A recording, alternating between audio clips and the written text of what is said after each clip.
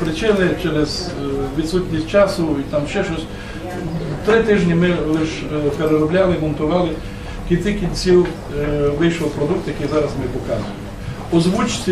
В озвучці його брали студенти 2-го курсу кафедри словацької філології, вони тут присутні, а чекаємо ми зараз завідуючу кафедри, яка красну даму і головного викладача Джиганика Ярослава, які вже тут десь на підході. 2. Третє. Якщо когось цікавить бюджет фільму, то це зроблено із власними силами. Практично не претендуємо ми ні на який показ по телебаченню, вивісити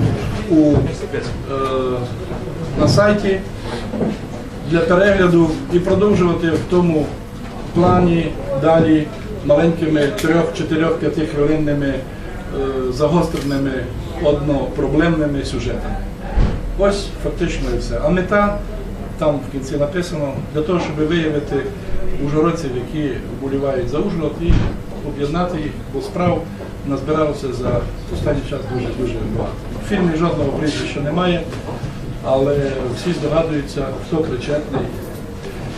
І вперше вдалося розмежувати ужгородську громаду і підвести під неї приклади, що в Ужгороді живуть ужгородці і живуть ужгородці.